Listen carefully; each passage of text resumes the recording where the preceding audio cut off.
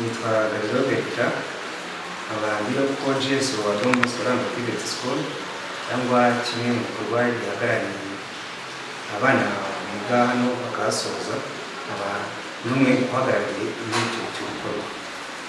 Urebye mu ruhare urubyiruko biga muri Don Bosco bimaze kugeraho hano hanze, hari ibikorwa byinshi bimaze kugerwaho, naho tugenda tunyura henshi tugenda tubasura rimwe na rimwe, usanga hanze hano haba mu makampani, mu materiel, ay'ubudozi, ayo gusudira, amahoteli, usanga tugenda dusangamo urubyiruko rwinshi biza mu kigo cyacu cya Don Bosco.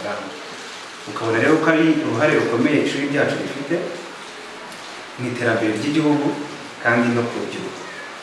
Muri ubwo buryo rero bidushimisha cyane kandi dushishikarira gukomeza kwifuriza urubyiruko ko rwaza rugakomeza kwiga amasomo ajyanye n'imyuga kuko birabafasha mu buzima bwabo bwa buri munsi.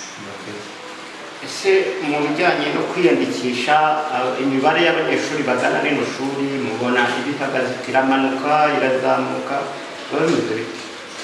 Murakoze cyane. Ku bijyanye no kwiyandikisha ku rubyiruko kwiga imyuga muri ino minsi, tugira amahirwe, turi kubona ko urugendo rubyitabira cyane kuko bari kugenda babona bakuru babo ibyo bagenda bageraho, kandi ubona ko hari ubuhamya bwiza bagenda babaha buri kubatera imbaraga zituma nabo baza kwitabira kwikira imyuga.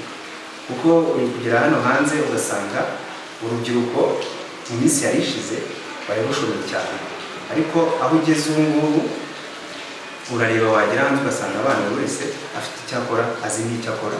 Mutubashije gukorera abandi, hari bimwe mu bumenyi yagiye ahabwa hano muri Don Bosco biri gutuma abasha nawe kuba yakirangira umurimo.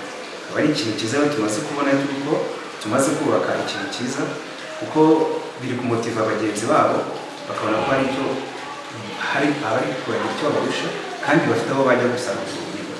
Rero biri kudufasha ko hari benshi batangiye kuza ko tubona ko bari kuza bitabira.